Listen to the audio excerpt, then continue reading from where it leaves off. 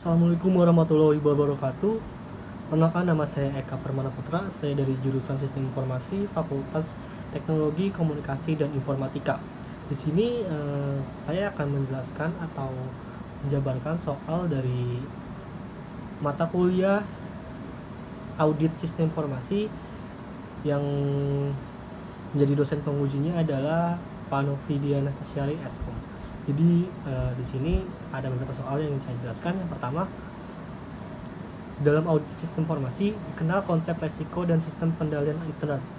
Resiko merupakan kondisi atau kejadian yang dapat berdampak negatif pada hasil suatu kegiatan. Resiko berpotensi timbulnya kerugian.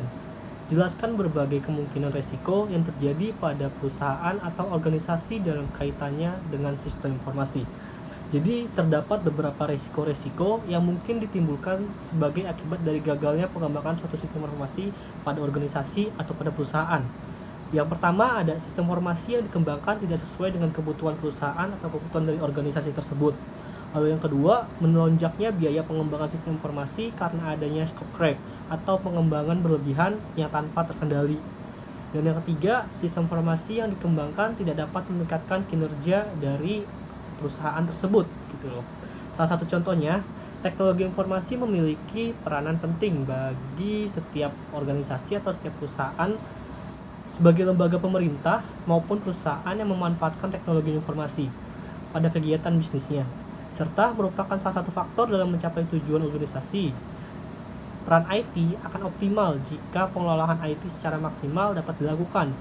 Pengelolaan IT yang maksimal akan dilaksanakan dengan baik dengan menilai kesalahan atau penerapan IT dengan kebutuhan perusahaan atau organisasi itu sendiri.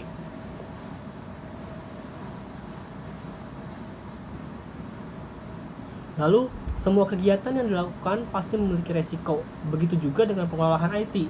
Pengelolaan IT yang baik pasti mengidentifikasi segala bentuk resiko dan penerapan IT, dan pengenapan dari resiko-resiko yang akan dihadapi oleh perusahaan atau organisasi tersebut.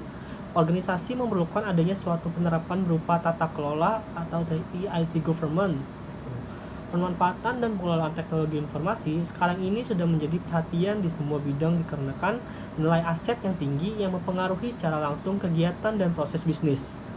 Kinerja TI terdapat otomatis pada sebuah organisasi perlu selalu diawasi dan dievaluasi secara berkala agar seluruh mekanisme manajemen IT berjalan sesuai dengan perencanaan perusahaan. Tujuannya serta proses bisnis organisasi. Selain itu, kegiatan pengawasan dan evaluasi tersebut juga diperlukan dalam upaya pengembangan yang berkelanjutan agar IT bisa berkontribusi dengan maksimal di lingkungan kerja organisasi yang biasa disebut SOBIT atau Control Objective for Information and Relation Technology, adalah standar internasional untuk tata kelola IT yang dikembangkan oleh ISACA atau Information System and Control Association dan ITGI atau IT Government Institute, yang bisa dijadikan model pengelolaan IT mulai dari tahap perancangan hingga evaluasi. Lalu untuk soal yang nomor kedua, jelaskan langkah-langkah mengaudit sistem Windows. Ada beberapa langkah. Yang pertama, implementasi sebuah strategis audit berbasis manajemen resiko serta kontrol prestis yang dapat disepakati oleh semua pihak. Lalu yang kedua, tetapkan langkah-langkah audit yang rinci. Lalu yang ketiga, gunakan fakta atau bukti-bukti yang cukup, handal, relevan, dan serta bermanfaat. Lalu yang keempat, buat laporan beserta kesimpulan berdasarkan fakta yang dikumpulkan. Yang kelima, telat apakah tujuan audit tercapai. Yang keenam, sampaikan laporan kepada pihak yang berkepentingan.